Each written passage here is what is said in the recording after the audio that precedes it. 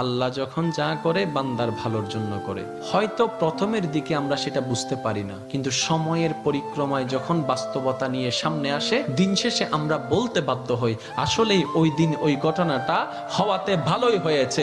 আল্লাহ কখনো বান্দার ক্ষতি চাই না। আল্লাহ যদি ক্ষতি চাইতেন সকালের নামাজ না পড়ার কারণে কান্না করে দিতে পারতেন। যদি আল্লাহ ক্ষতি চাইতেন দুপুরে নামাজ না পড়ার কারণে ল্যাংড়া করে দিতে পারতেন।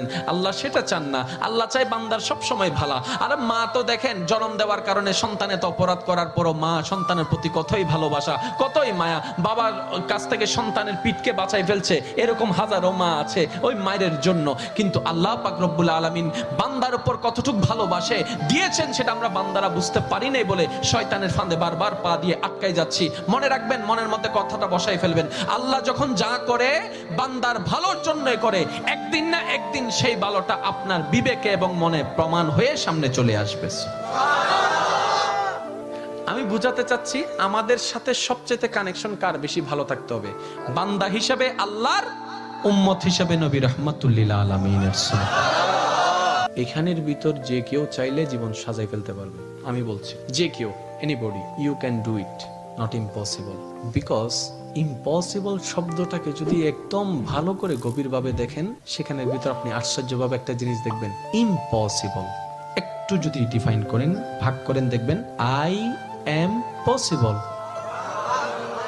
ইম্পসিবল, পসিবল কে আলাদা রাখেন, আই এম কে আলাদা রাখেন। I am possible. ইম্পসিবল শব্দটাই আপনাকে জানান দিচ্ছে আমি অসম্ভব নই, যদি রবের রহমত থাকে আমি তোমার জন্য সম্ভব।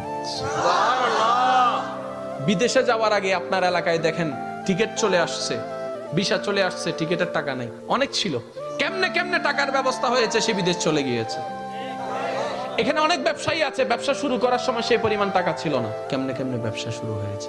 এটা কেমনে কেমনে, রব বলে এটা কেমনে কেমনে নয়, একটু আমার দিকে তাকা, এমনে এমনে এমনে এমনে এমনে এমনে। তাহলে আপনার কাছে যদি আপনার রব থাকে, আপনার টেনশন কি? আপনার দুই নাম্বারই করার তো কোনো দরকার।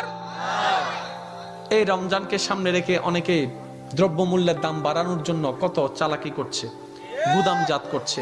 আমি তাদের উদ্দেশ্যে শ্রদ্ধার সাথে একটা কথা বলবো, ভাইয়া জীবনে হয়তো অনেক করেছেন, আপনি এই কারণেই করছেন 2টা টাকা 5টা টাকা লাভ বেশি হবে। তো এই সেক্টরে না হয় আপনার 10,000 টাকা 10 কোটি টাকা লাভ হলো, অন্য সেক্টরে যদি 20,000 কোটি টাকা খরচ হয়ে যায় তখন কি করবে? কারণ জগতের মানুষ সবাই জানে যে অন্যের জন্য গর্ত করে সে গর্তে সে নিজেই পতিত হয়। এই কথা নিয়ে কারো কোনো দ্বিমত নেই।